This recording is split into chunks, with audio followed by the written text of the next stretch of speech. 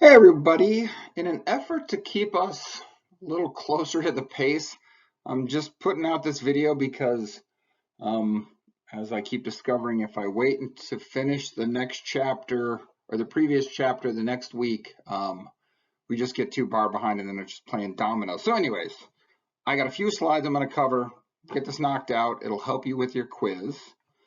So right about where we left off as we were talking last week was this discussion about inventory control. And the reason that that's so important is it's basically monitoring what's happened. Now, going back to the Rio example, I don't believe for a second that they lost 15 cases of alcohol. What I really believe is they didn't have an idea exactly where it was because they weren't really closely following something. And this could have been for a lot of different reasons. But I want to transition that into this great big world of budgets. So one of the biggest things about budgets is to realize that budgets are plans. Now, plans can always change, plans can always move, but if we have no plan, how do we know what success is? So one thing I want to encourage any one of you, no matter what business you are in, is that you need to look at a budget, because even doing this, you start accounting for costs and potentially revenue that you may not always be thinking about. So when you actually go through and you're really pretty stringent about this thing, it makes a lot of sense as to how we can make money, or how we can understand, I don't want to say this, how we can follow what it is that we hope to do, even if we don't quite do it. Now, the way I look at budgets is budgets are written in pencil, but if they're not written, how do you know what success is? So if we don't analyze things like costing of different products or whatever the thing is, it's going to be impossible to know if we're doing well or if we're doing poorly, even if we are absolutely crushing. So even if our sales are through the roof and we're really like just a super, a place that has a lot of energy, a lot of vibe, a lot of revenue and everything coming in, do you know if you did better this week than last week, next month and this month, right? Whatever that is. So I encourage all of you, budgets are a thing that we absolutely should make, knowing that they can change, and they often will change. Some people only review budgets annually. I personally think that's too long. I think quarterly is as far as you should go in ahead of and think about, like, are we going to continue to use the same budget or change it? So quarterly means every 3 months roughly. Either way, we have to be looking at this and we have to understand what it is that our budget's telling us, right? It's a plan. Making profit is a plan. Having certain costs are plans. If not, things just get, if any of you have ever tried to keep a personal budget, you will see this. There's like so many little expenses and so many little things that we do, we just don't always pay attention. So that's my, I don't want to call it plea. We'll just say budgets are really valuable.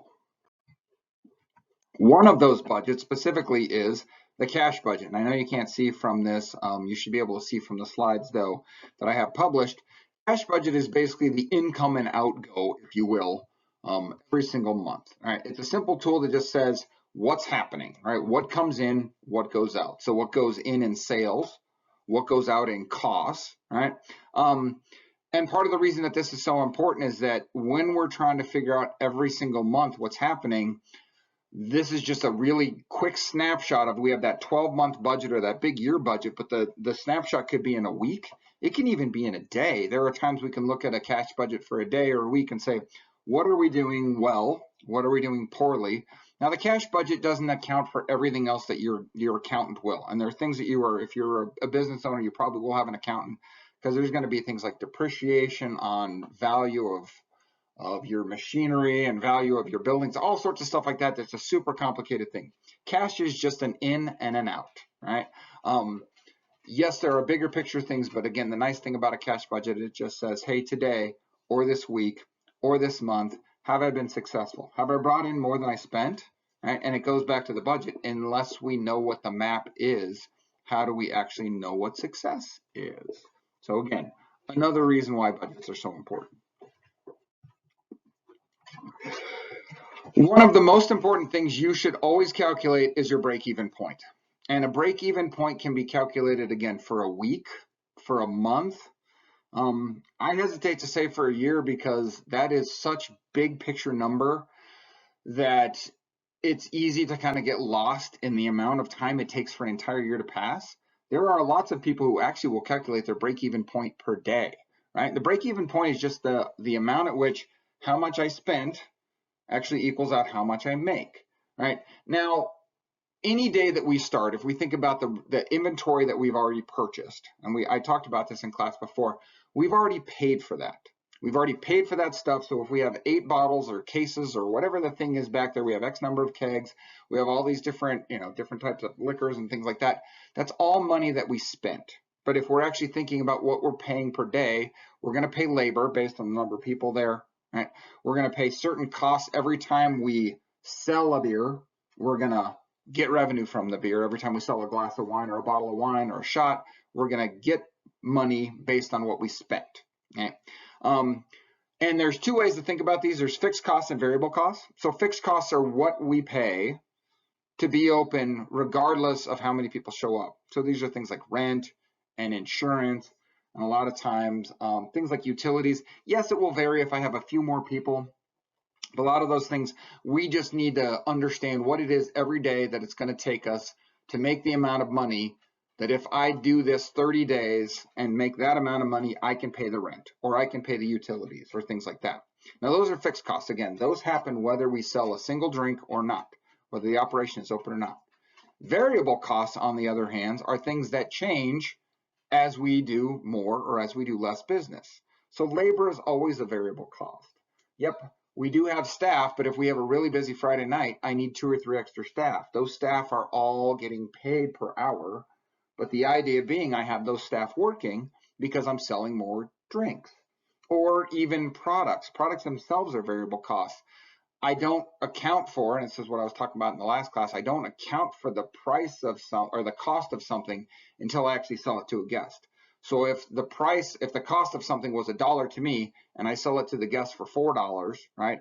I don't account for all of that until the moment that transaction happens. And the reason, again, that's so important is that is potential revenue sitting behind my bar, under my bar, in my storeroom. And then it's realized revenue the moment that we actually do this. Now, having these variable costs rise is not a bad thing, because variable costs, as they go up, assuming that we're doing a good job of managing what we do and also looking at our budget, they're going up because we are increasing sales. So we always have to buy more to sell more. If our bar is really hopping, we have to have more staff to account for all the extra clients. That's great. All right. So again, like the big piece of what this slide is looking at for break-even point is I have to at least know that I'm making enough money today to cover the cost of just existing, right? And you can calculate that up. You can say, here's my rent. There's 30 days in the month. Divide my rent by 30 days. I need to at least make that amount of money to make sure I'm paying for all that. Everything else will then start going to pay for these other things. Right? So again, a lot of companies will actually do this on any given day. Some of them will even get into, hey, how many drinks does that make if you're just a straight bar with no food? How many drinks would it take for us to do there? Sometimes they actually will look at like the check average per person. Hey, everybody when they walk in the door spends on average $9. And if I need to get a certain amount of money to hit that break-even point, I look at the total number of guests and hey, if I got to at least this number on average, I know I'm probably going to break even. More than that, awesome, we're having a great day. Less than that, all right, we need to account for that. Again, that's something you can look at every single day. But going back to the first slide for this video, if you don't know what your budget is, how in the heck do you know what a good day is compared to a bad day, right? Or one that actually covers the cost of being in business. Again, very important stuff. So, what type of business do you want to be? What type of operation? The way that we can look at this is, you want to be Walmart? There's nothing wrong with Walmart. I'm never going to disparage Walmart. But Walmart does a very specific thing. They have a huge amount of companies or a huge amount of operations to actually sell to everybody. They try to price things lower than the average place does, and they're relying on volume sales. So do you want to be a volume sales type of bar? In other words, we're going to offer stuff fairly cheap, and we're going to rely on the fact that we have a bunch of people showing up. This has its own unique set of challenges, shall we say.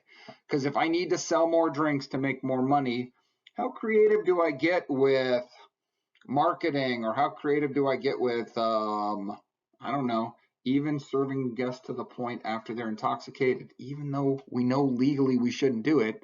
But if we know every time I sell another drink, I'm working on thin margins because I'm relying on a lot of sales, as in multiple people buying these cheap drinks to get me there. The other side of this is like, do I want to be what I would consider more of like a high-end, we call it Nordstrom's or something like that. If you want to be that kind of thing, I don't need nearly as many sales, because instead of selling, cheap drinks or cheap shots, I'm going to sell $11, $12, $15 cocktails. And I can sell a lot fewer of those to get to where I'm going. But if I'm doing that, as we've discussed in class, who are my clientele? What are they there for? The group of people that wants super cheap shots is not the same group of people that wants high-end, more pricey things. The atmosphere will change, the vibe will change, the experience will change, the marketing will change. Everything changes.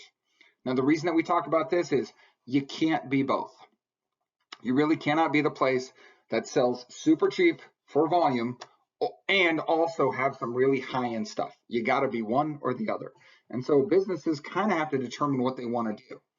Now, with this idea of bundling, realize that every beverage has its own cost, right? So the difference between the cost of a gin versus a vodka versus a tequila versus whatever other mixers of whiskey, those bottles may not all be the same.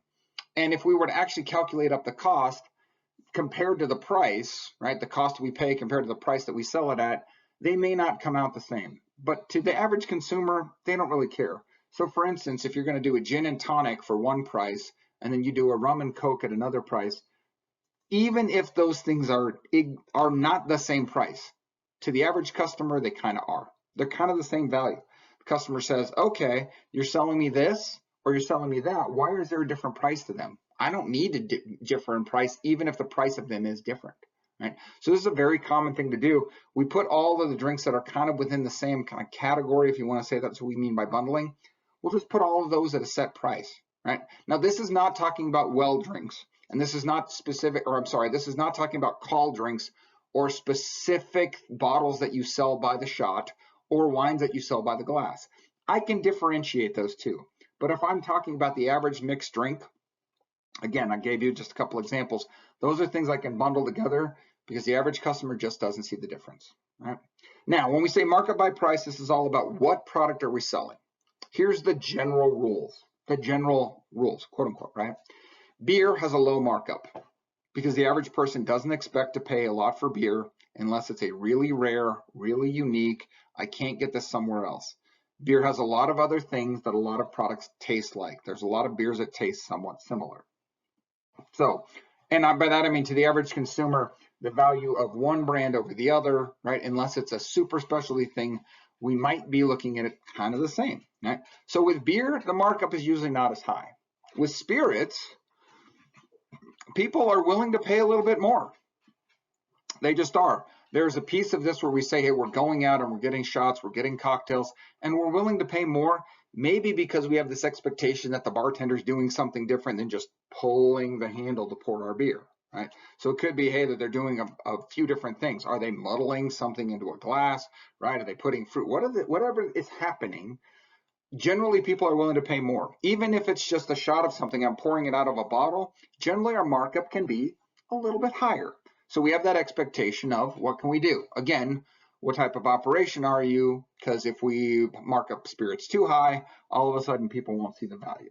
All right. Last but not least is wine. We put wine into its own category because wine is vintaged and because there are so many brands and those brands carry with them some weight of expectation and also this idea of certain quality. So wine, we can typically have the most markup out of any of these things. Also because kind of people recognize that for us to get that bottle in the space and to have that experience in the space, there is something else that's just different about wine. So we know that we can get a higher markup per unit on bottles of wine and things like that than we can on some of these other things. Now, something else that's really interesting within the wine markups is that for us to sell to people, if we think about versus what we're buying versus what we're selling, and if you were to actually go into a liquor store and say, hey, I can find this bottle of wine for $9 in the liquor store. What you're probably going to pay for that wine in the restaurant is going to be between 27 and 36 bucks. So we talk about that as 300 to 400% markup, like if you want to think about it, 3 to 4 times, right? And that's an average expectation of what you do. The same thing is not true if we have super expensive wine. If you had to pay $1,000 for a bottle of wine, you cannot reasonably get away with selling it for $3,000 or $4,000 because the average person is like, at that point, it's the exact same percentage markup, but people are like, I will absolutely not pay that, right? We're talking the difference between 27 and 36 bucks is not the same as 3,000 to 4,000 bucks, even though it's the same percentage, right, on what we talked about. So be aware that for different products, even within the wine markups, those things kind of have this fluctuation that we think about. One thing I will tell you, and this is another trick that we do when it comes to how we get people to pay what we want. Sometimes we'll have the lower price things marked up a little bit higher percentage because people just have this expectation. If I buy a 22 bottle of wine and I'm out on a date at the operation, the person that's there thinks I'm cheap, my date thinks I'm cheap. So we can actually mark up the cheapest things a little bit more. Right? We know we can't mark up those high price things absolutely as much as we want, but those middle tier products, the products that most people buy, the products that most people kind of push themselves into either from expectation or saying, hey, middle quality is kind of a good thing. We want to maximize what we can get from those things. So yes, we will price up those middle or those lower ones a little higher, but we'll almost never give discounts on that sort of middle tier because that middle tier is what people will be the expectation of what's kind of the best thing. And if I can kind of push people gently without telling them, right, but I can price things in a way that gets them to that middle tier, I can capitalize on the fact that everyone kind of wants to buy from the middle tier. I love customers. I love it when we do this to them. A couple last things, right? How do we do this? How do we bring people in or how do we retain people? So whatever type of business you are, there's kind of the two ways to think about it. Am I telling people something brand new, right? Things that no one else has been to, or am I trying to keep people around? Right? And marketing is something that you will always have to factor in within an operation. Right? And the way I want you to think about this is like, think about how many bars there are in Fort Collins. Think about how many brew pubs there are in Fort Collins. Think about how many restaurants there are in Fort Collins. So you might have some folks who are incredibly loyal, but a lot of times, hey, if you haven't been to this one, how do I get you to this one? And if you have been to this one, how do I keep you going? How do I keep you from going somewhere else? So do I want to do that about my vibe, my favorable, that favorable uniqueness that we talked about, or do I do it by price? It's usually a combination of the two. It's never quite one thing, but it's something that we always have to think about. All right. So what are we going to do? All right. Are we going to use what we think of as new media? For you all, if you're talking about your demographic, absolutely. Websites and social media are going to be the key to all of it if you're talking about your demographic. Right? So if I'm saying, hey, I want younger people, I'm going to be looking at social media. I'm not going to be investing in television, radio, newspaper ads. I'm not going to send out mailers to folks. I'm going to try to find things online. I'm going to have an Instagram account. I'm going to have I could Snap, whatever the thing is. I could put out TikToks. Great, right? Those things can be developed and changed pretty readily compared to the old world of print media and these other things like that. But again, who are you actually trying to get to? So here's the one way to think about this, right? Again, within age demographics, and I hate to just play it out this way, but it kind of is that way. The younger generation wants to look at those things. They're probably not paying attention to newspaper ads. But you know who has a whole heck of a lot of money? People that still get the newspaper, right? This may not be your parents, right? But this may be the generation kind of beyond that. Those folks have a lot of money. They're willing to spend a lot of money. They sit down and actually look at the paper. They like that kind of stuff. So maybe we have, based on the type of operation we have, we might be using that old school marketing, that old school version of that. I'm going to put out print ads. I'm going to put out direct mailers. If you're looking for a different demographic, right, we're probably going to shift that more to the younger. Right? Again, those are huge, vast generalizations, but we have seen this stuff play itself out pretty well in terms of that. One thing I will tell you, two things actually, direct mail. It's very challenging to get direct mail to people without spending a fortune if you're just trying to reach a huge, broad base, right? And we're talking about direct mailers as in I'm sending stuff to people's houses. Because if I'm sending it to everybody and not knowing who's actually going to be coming in and buying those things, I'm going to spend a ridiculous amount of money based on what that is. If you ever want to do direct mailing, my advice wholeheartedly is to have some way for people to join some kind of VIP list, have some kind of, hey, you signed up for an email, you're part of our loyalty program. By the way, this is why all loyalty programs exist. It's to be able to directly market to those folks, right? And it's a beautiful thing to say, hey, if you buy X amount of dollars from us, we give you something free. People love free, but now I have captured your information, your email address, your home address, whatever the thing is, and or what we've even seen now is like direct marketing through text messages and stuff like that. I get people who absolutely want to be in my business, and I am offering them these things as what they consider like the super personalized thing. But it is awesome to be able to do that. But if you were just relying on direct mail to try to reach a whole bunch of people, to me, there's so much money that's spent on people who will never come in. If we're sending things to our operation to people who aren't drinkers and we're actually paying for print advertising to come in that are directly going to their house, not on a newspaper, but like actually directly going to their house, and we don't know if they're coming in, oh my God, the return on investment is not really worth it. All right. Last but not least, word of mouth. It's the thing that we control the least, but it's the thing that has the most impact. All right. Taking care of customers is how we create word of mouth. This is why, in that last set of slides, I said, is it a good idea to give away free drinks? Yes, because you know what free drinks do and other stuff like that? It creates word of mouth, and there's nothing as valuable as word of mouth.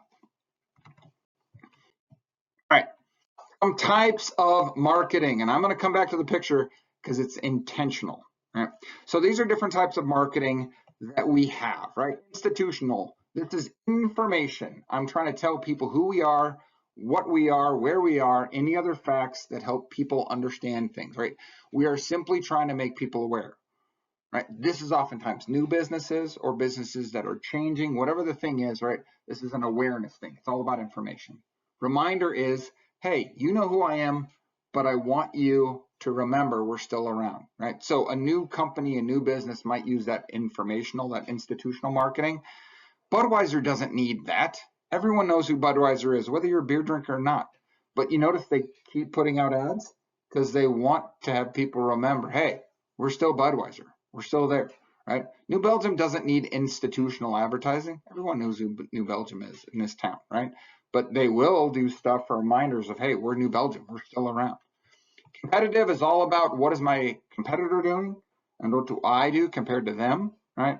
This has been around forever. Hey, our beer is less filling. Our beer tastes better. Our beer so-and-so. Our products are this, right? So these are all about looking at who you're competing with and making it go. And then aspirational is all about image and lifestyle. And that's where that picture of this comes in, right? So there was a big tick up in this type of marketing, specifically with getting media folks or people who aren't necessarily in the business of producing alcohol to be this, right? And so we think about people like George Clooney has his own brand of tequila, right? So he's got Casamigos. And Matthew McConaughey, some of the stuff. There's Snoop Dogg wine. There's all these other brands. Ryan Reynolds has his own brand of gin. All this other stuff like that.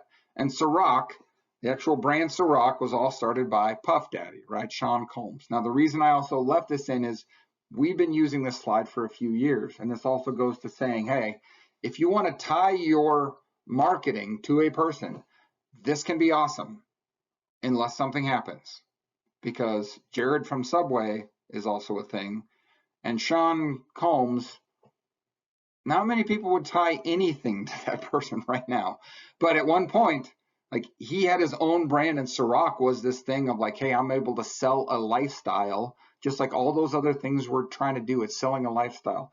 I'm not drinking George Clooney's thing because it maybe is the most awesome thing. Like he wouldn't put his name on it if there wasn't some value to him having his face associated and his name associated with the thing. I think George Clooney's cool. Therefore, I'll buy some George Clooney tequila. Right? There you go, right? I don't say it the rise and fall. Just be aware that if you tie your name to a brand and that brand fails or something happens to them, we are in trouble. Then we got to rebrand, right? Okay. The last things here, internal promotion. Right? These are the things we give customers.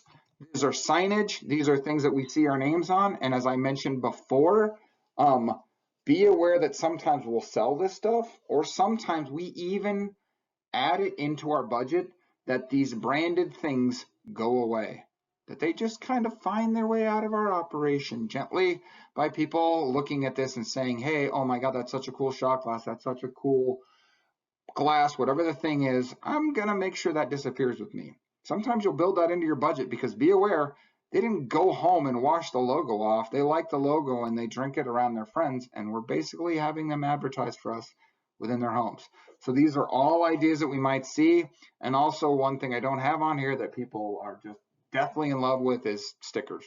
People love stickers. Look on the back of your laptops, look on your water bottles. You are a walking, talking billboard for other places, and I'm here for it, and you kind of are too, right? I mean, I have the same stuff on my laptop, at least some of it. One last idea here. How much do we spend on marketing? It's estimated that a lot of chambers of commerce will actually have this information for new businesses because new businesses don't necessarily have a lot of knowledge of what this is, right? So for a new business, it is estimated to spend, as you can see there, right, 12 to 20%, no more than 20. But the point is, to get your name out, you got to spend money to get my name out. So I got to do that and make sure that's out there. Once I'm established, that's probably going to decrease. So once you're known, once I'm doing more reminders than that institutional thing, now I can drop my budget. But one thing I will tell all of you is it's insanely rare to have no advertising budget, right? Bud Light and Budweiser and some of these other companies and Coors, these things have been around for decades, not centuries. Some of the most well-known brands in the world, and they still make advertising, right? These companies that are huge names will still pay $4 million or $5 million for a 30-second ad during the Super Bowl because they know how many eyes are watching. Now, I would love it if any of you own a business that could pay that much money, because that means you are going to do stellarly in whatever that is. But my point of this is no matter if you have a budget that's like Budweiser, if you have a budget that's a neighborhood bar, we have to have something where we kind of get ourselves started for marketing, and then something where we kind of do the sustaining. It is incredibly rare that we don't spend any money on marketing. There's always going to be some piece of getting our name or keeping our name within the lexicon, or hopefully, again, word of mouth within people's mouths to get our information out there. All right, that's the end of our chapter. I will, once you do this, you'll be good for your quiz, or at least some of the last questions, and we'll be able to start from the new chapter when we get together again.